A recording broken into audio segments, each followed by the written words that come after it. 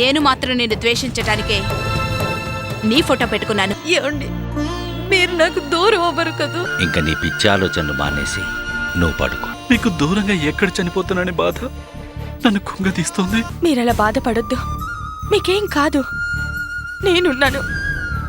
ఆనాడు సత్యవంతుణ్ణి కాపాడిన సావిత్రిలా నేను మిమ్మల్ని కాపాడుకుంటాను. కానీ ఆ సావిత్రి సత్యవంతుడికి భార్య కదా. డాడీ నన్ను దగ్గర తీసుకుంటాడు, ముద్దులు పెడతాడు, ఎత్తుకుంటాడు. మరి నిన్నెందుకు దగ్గర తీసుకోడు? హలో, తొందర ఎందుకు రాజేంద్ర? ముందు ముందు నేనెవరో నీకే తెలుస్తుంది. ఇప్పుడే చెప్తే ఆ థ్రిల్లుండదు.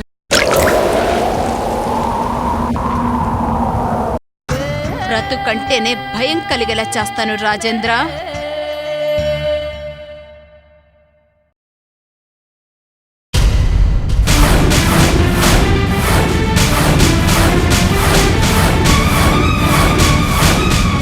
ఎవరండి ఫోన్ చేసింది?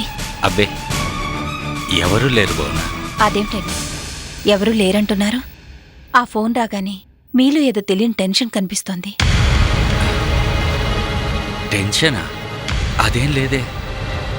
అందుకే మీతో అన్నాను, ఈ మధ్య మిమ్మల్ని చూస్తుంటే చాలా భయమేస్తోందని. అబే అబ్బాబాబాబా, ఏటి చిన్నపిల్లలా? అనవసరంగా ప్రతి విషయాన్ని భూతద్దంలో చూడటం నీకు అలవాటైపోయింది బోనా. నేను చెప్పానుగా ఏమీ లేదని. ఏమీ లేకపోతే ఎందుకలా ఉన్నారండి? మరేం లేదు బోనా, మా ఫ్రెండ్ ఒకతను ప్రాబ్లమ్స్లో ఉన్నాడు. నన్ను హెల్ప్ చేయమని అడుగుతున్నాడు. మన పరిస్థితి నీకు తెలుసుగా. సమయానికి అతన్ని హెల్ప్ చేయలేకపోతున్నాను. అందుకే బాధ అనిపించింది. అంతే బోనా. ఎప్పుడు ఎదుటి వాళ్ళ బాధల గురించి ఆలోచించి వాళ్ళకెలా సహాయపడాలా అని బాధపడటం తప్ప మీ గురించి మీరెప్పుడైనా ఆలోచించుకున్నారా? సర్లే, ఇంక పడుకో బోనా.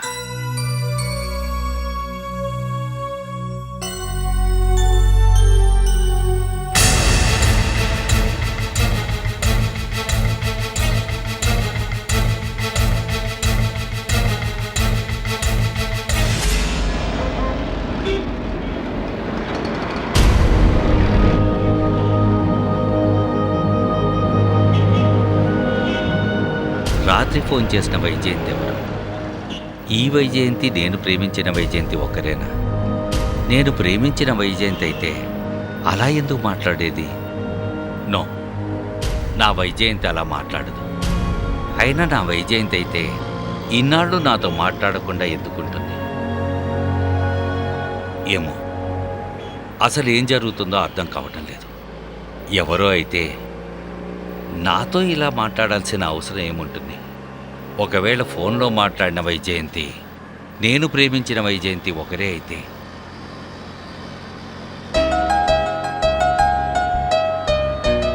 అమ్మో, వైజయంతి మళ్ళీ నా జీవితంలోకి వస్తే బోన పరిస్థితి ఏంటి? ఈ విషయం తెలిస్తే బోన తట్టుకోగలదా? ఈ సమాజానికి ఎలాంటి సమాధానం చెప్పుకోగలరు?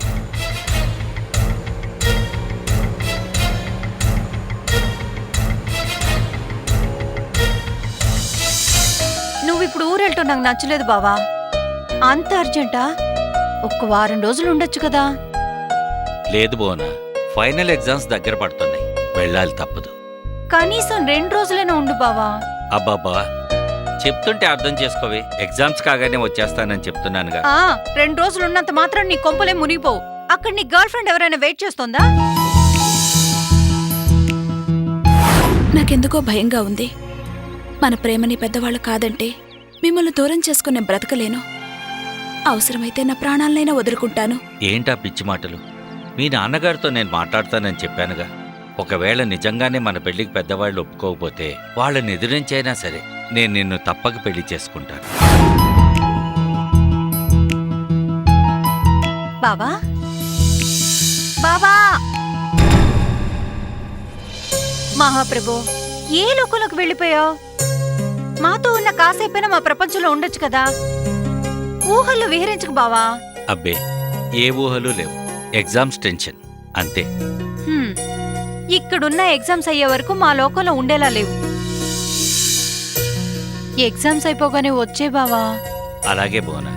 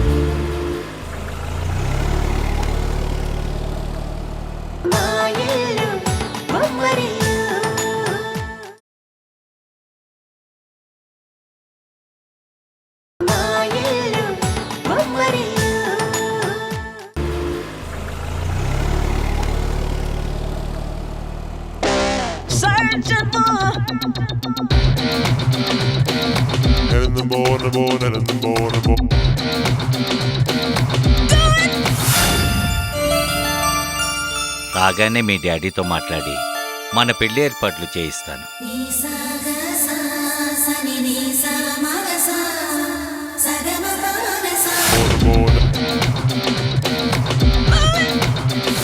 ఇప్పుడే సిగ్గుపడితే ఎలా? కొంచెం పెళ్లి వరకు దాచుకో.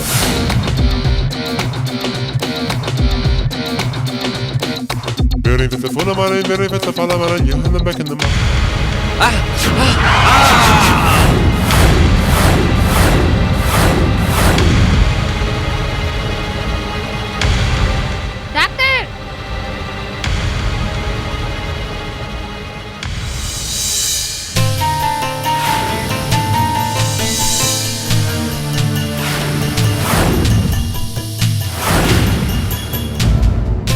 డాక్టర్, నాకేమైంది? నేనెక్కడున్నాను?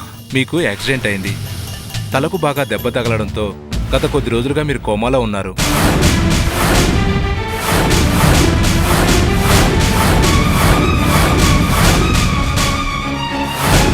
కోమాలో ఉన్నాను. అయితే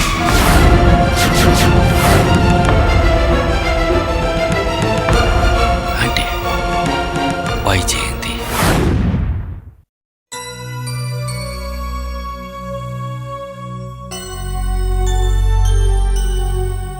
ఏమండి సార్, వైజయంతి గారు వాళ్ళ నాన్న చనిపోయారండి. ఇల్లు ఖాళీ చేసి వెళ్ళిపోయారు. ఎక్కడికి వెళ్ళిపోయారో తెలియదండి. వైజయంతి, నాకు తెలియకుండానే నువ్వు దూరం అయిపోయావు. నువ్వు పెళ్లి చేసుకొని సుఖంగా ఉన్నావని అనుకున్నాను. ఒకవేళ ఫోన్లో మాట్లాడింది నా వైజయంతి అయితే తను నా కోసం ఇంకా వెతుకుతూనే ఉన్నదన్నమాట. కానీ నా మీద ఎందుకింత కోపం వచ్చింది? నిజంగా నా వైజయంతి తిరిగి వస్తే బోనకి ఏమని సమాధానం చెప్పుకోవాలి? భగవంతుడా, నన్ను ఎందుకింత అయోమయంలో పడేశావు?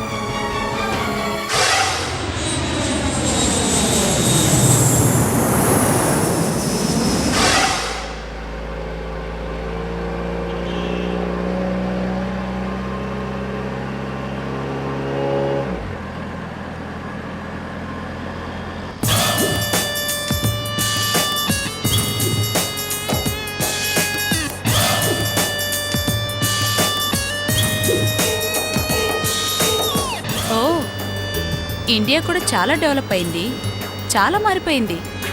అవునమ్మా, మస్తుగా మారిపోయింది. ఏడ చూసినా పెద్ద పెద్ద బిల్డింగులు. నోర్మయ్, నేను నిన్ను అడిగానా? అనవసరమైన విషయాల్లో జోక్యం చేసుకోకు. ముందు డ్రైవింగ్ మీద కాన్సన్ట్రేషన్ చెయ్యి, లేకపోతే యాక్సిడెంట్ అయిపోతుంది, నువ్వు పోతావు. సారీ అమ్మా, తప్పైపోయింది. ఏమయ్యా, మీ మగజాతంతా ఇంతేనా? తప్పులు చేయటం, క్షమించమని అడగటం, ఇదేనా మీకు తెలిసింది? సిగ్గులేదు?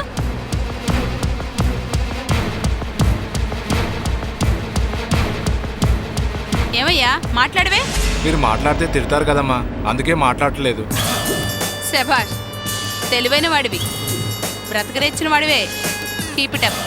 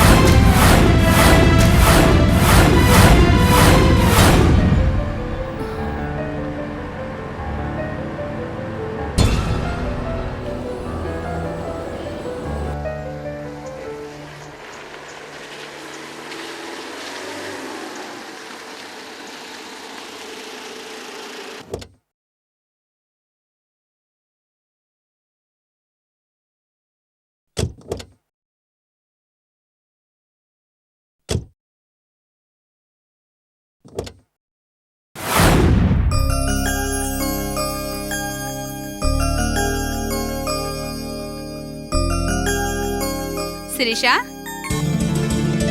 మమ్మీ మమ్మీ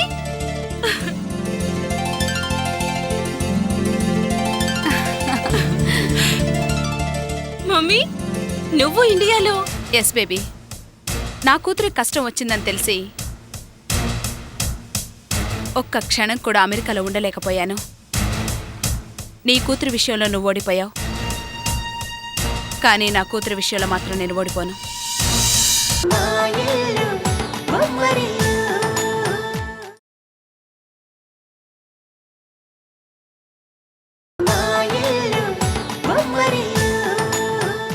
నీ కూతురు విషయంలో నువ్వు ఓడిపోయావు, కానీ నా కూతురు విషయంలో మాత్రం నేను ఓడిపోను. నీ కూతుర్ని నీ దగ్గరికి ఎలా రప్పిస్తానో, ఆ భార్గవిని అవినాష్ దగ్గర నుంచి ఎలా బయటికి పంపిస్తానో చూస్తుండు. ఇకపై నేనేంటో చూపిస్తాను. ఇంత జరిగాక ఇప్పుడు నువ్వేం చేయగలవు మమ్మీ? That is Vyjayanthi. ఈ వైజయంతికి చేసేదేది చెప్పే అలవాట్లేదు. ఏం చేస్తానో చేసి చూపిస్తాను, చూస్తుండు.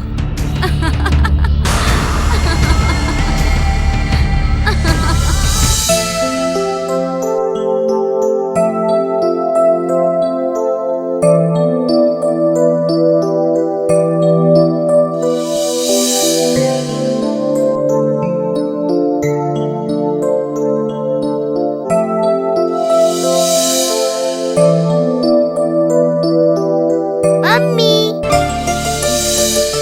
ముని, మమ్మీ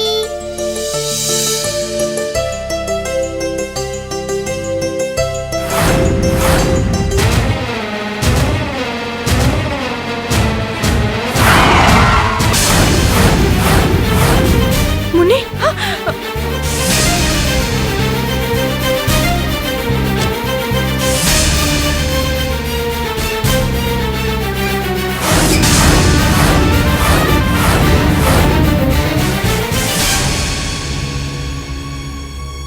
ఏమే పిల్లని రోడ్డు మీద వదిలిపెట్టి నువ్వే వెలగబెడుతున్నావే?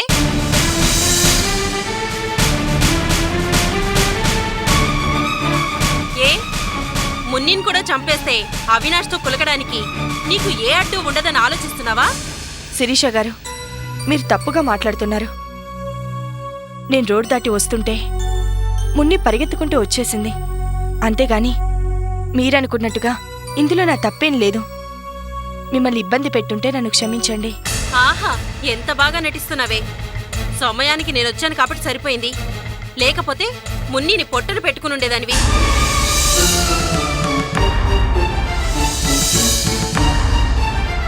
నీ మాయ మాటలతో అవినాష్ని బుట్టలో వేసుకున్నావు.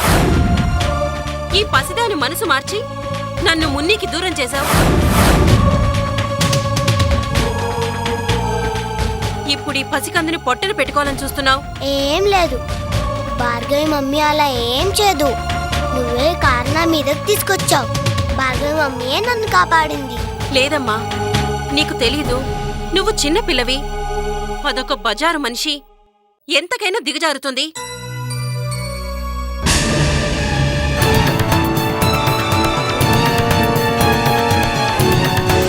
ఏం కాదు, నువ్వే బ్యాడ్ మమ్మీవి.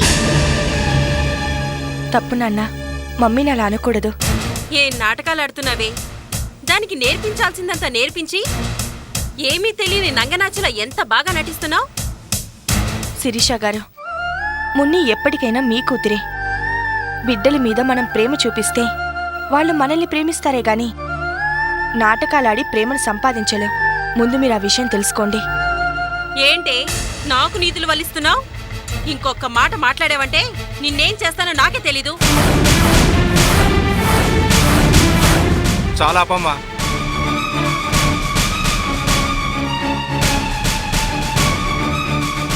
ఇందాక నుంచి చూస్తున్నావు, కారు ర్యాష్గా నడిపింది కాకుండా పాపం ఆవిడ ఊరుకునే కొద్దీ తెగ రెచ్చిపోతున్నావు. బాగా డబ్బు మదం పట్టినట్టుంది. పోలీసులో పట్టిస్తే సరిపోతుంది.